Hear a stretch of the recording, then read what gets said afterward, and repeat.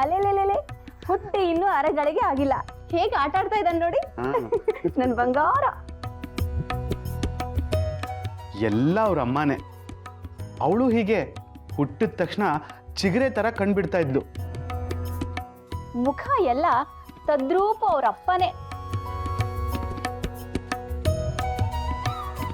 ಅವನು ಯಾರ ಥರನಾದರೂ ಇರಲಿ, ಅವ್ರ ಅಮ್ಮಂಗೆ ಸ್ವಲ್ಪನೂ ನೋವು ಕೊಡದೆ ಆರೋಗ್ಯವಾಗಿ ಹೊರಗೆ ಬಂದಲ್ಲ, ಅದೇ ಸಂತೋಷ.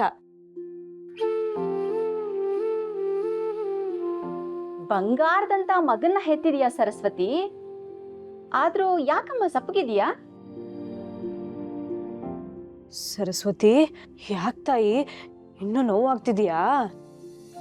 ಏನಾದರೂ ಇದ್ರೆ ಮುಚ್ಚಿಟ್ಕೋಬೇಡ, ಹೇಳ್ಬಿಡು. ಹಸಿ ಬಾಣಂತಿ, ಕೊರಗಬಾರ್ದು, ಬೇಗ ನಂಜಾಗ್ಬಿಡತ್ತೆ.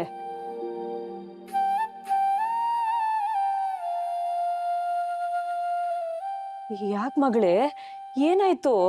ಅವ್ರಿಗೋಸ್ಕರ ಕಾಯ್ತಾ ಇದ್ದೀನಮ್ಮ.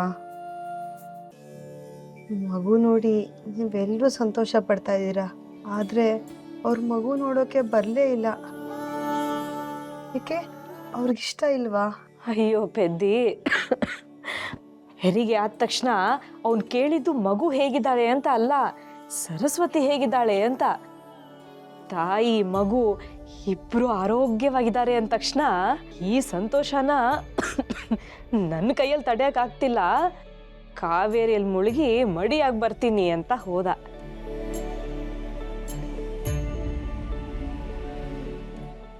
ಆಗೋ ಬಂದ ನೋಡು.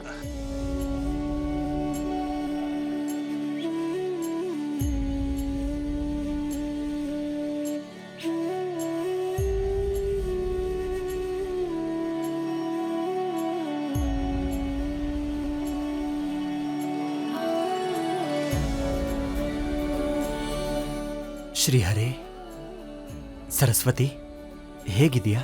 ನೀವಿಷ್ಟೊತ್ತು ಬರದೇ ಇರೋದು ನೋಡಿ ನನಗೆ ಭಯ ಆಗ್ಬಿಟ್ಟಿತ್ತು. ನನಗೂ ಭಯ ಆಗ್ಬಿಟ್ಟಿತ್ತು, ನಿನಗೇನಾಗ್ಬಿಡುತ್ತೋ ಅಂತ. ಅದಕ್ಕೆ ದೇವ್ರಿಗೆ ಹರಕೆ ಮಾಡ್ಕೊಂಡಿದ್ದೆ, ನನ್ನ ಸರಸ್ವತಿಗೆ ಸುಖವಾಗಿ ಹೆರಿಗೆ ಆದರೆ ನೀರೊಳಗೆ ಕೂತು ನಿನ್ನೆ ಧ್ಯಾನ ಮಾಡ್ತೀನಿ ಅಂತ. ಅದಕ್ಕೆ ಸುದ್ದಿ ಕೇಳಿದ ತಕ್ಷಣ ಹರಕೆ ತೀರ್ಸೋಕೆ ಓಡ್ಹೋದೆ. ನೀರೊಳಗೆ ಕೂತ್ಕೊಂಡ್ರೆ ಉಸಿರಾಡೋದು ಹೇಗೆ? ಉಸಿರಾಡಬಾರ್ದು, ಅದು ಒಂದು ವಿದ್ಯೆ. ನಿಮ್ಮೊಳಗೆ ಇನ್ನೂ ಏನೇನು ವಿದ್ಯೆ ಇದೆಯೋ ಅದು ಆ ಶ್ರೀಹರಿಗೆ ಗೊತ್ತು. ಈಗ ನನ್ನ ಮಗನಿಗೆ ಗೊತ್ತು ಮಾಡಿಸ್ತೀನಿರು.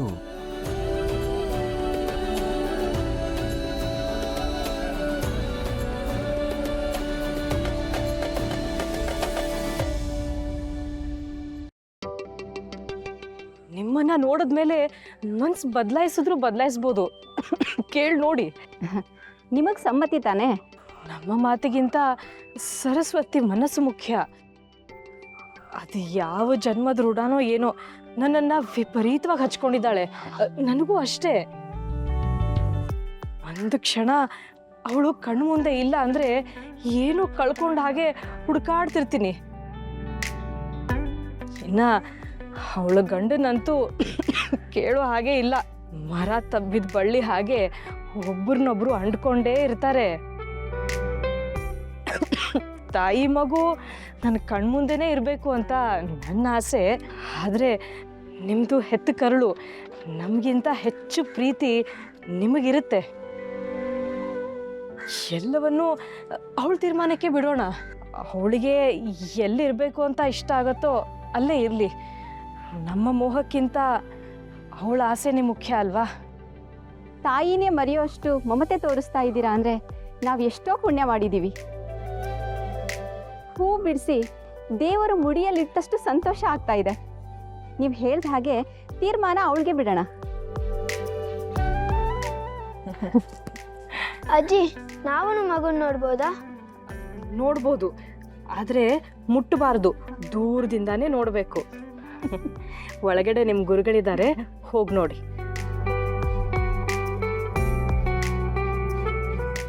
ವಿದ್ಯಾಪೀಠದ ಮಕ್ಕಳು ನಮ್ಮ ಮಕ್ಕಳ ಥರನೇ ಆಗ್ಬಿಟ್ಟಿದ್ದಾರೆ.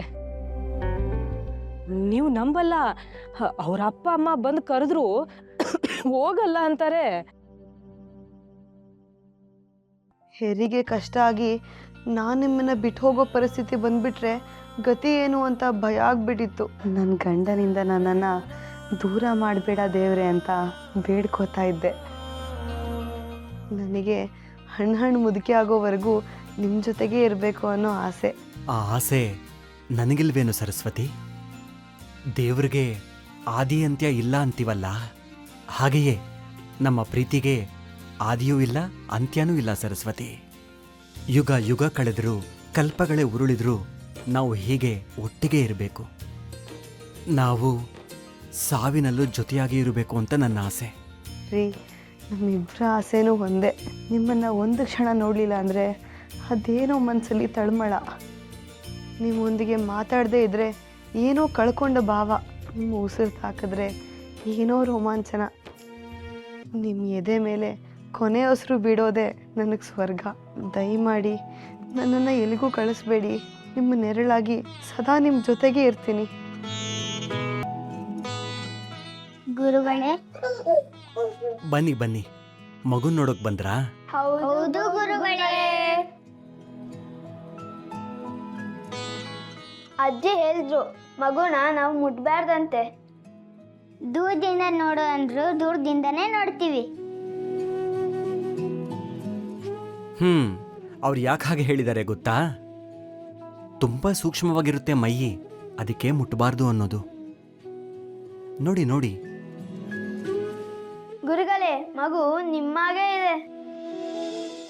ಇಲ್ಲ ಕಣೋ, ಕಣ್ಣೋಡು ಅಮ್ಮನಾಗೆ ಇದೆ.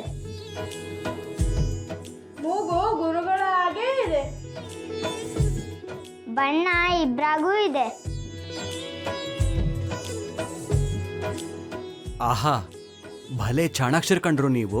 ತುತ್ತು ಕೊಡೋ ಅಮ್ಮನಿಗೂ ಬೇಜಾರಾಗಬಾರ್ದು, ಅಕ್ಷರ ಹೇಳ್ಕೊಡೋ ಗುರುಗೂ ಬೇಸರ ಆಗಬಾರ್ದು. ಇಬ್ಬರಿಗೂ ಚೆನ್ನಾಗಿ ಬೆಣ್ಣೆ ಹಚ್ತೀರಾ. ಮಗು ಇಷ್ಟ ಆದ್ನಾ? ಓ, ತುಂಬಾ ಚೆನ್ನಾಗಿದ್ದಾನೆ. ಗುರುಗಳೇ, ನಾವು ಅವನಿಗೆ ಏನೋ ಕೊಡ್ಬೇಕು. ಏನ್ ಕೊಡ್ತೀರಾ?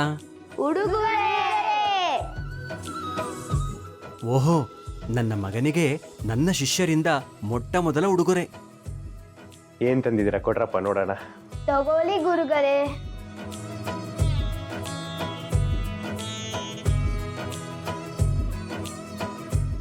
ಏನ್ರೋ ಇದು?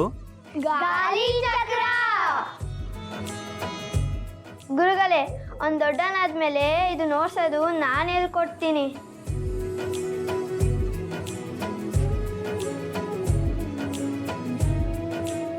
ತುಂಬಾ ಚೆನ್ನಾಗಿದೆಯಪ್ಪ, ತುಂಬಾ ತುಂಬಾ ಚೆನ್ನಾಗಿದೆ.